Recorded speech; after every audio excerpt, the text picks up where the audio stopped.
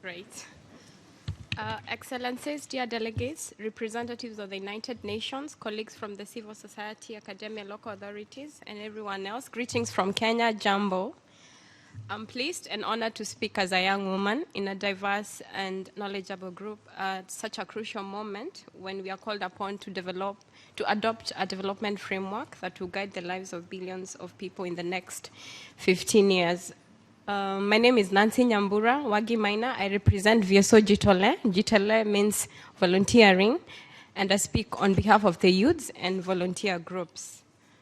As my previous speakers have underlined in many discussions and consultations led by the UN, but also initiated by the stakeholder groups, such as Beyond 15 all over the world, they have strengthened the call for people's participation during and after the adoption of the SDGs.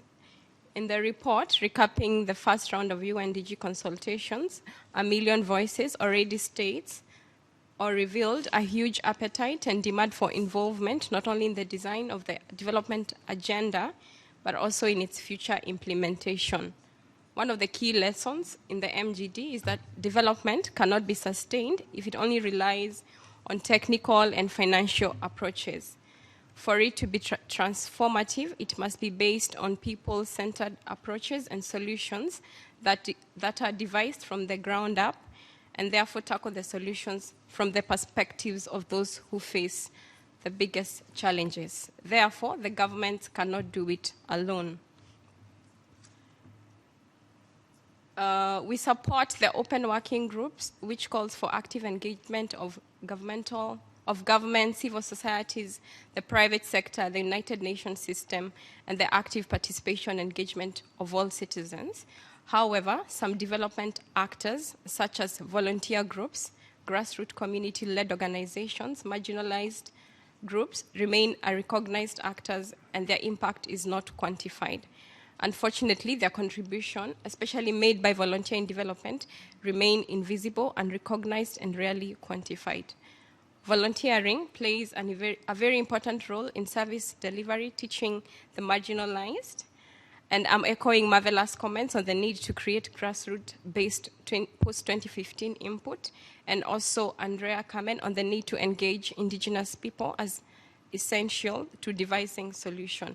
And the act of volunteering is often the first route which individuals begin to engage in their local community and become empowered to devise solutions. Therefore, we would count on the member state to replicate the overall declaration of the SDG framework, as well as creating an indicator structure.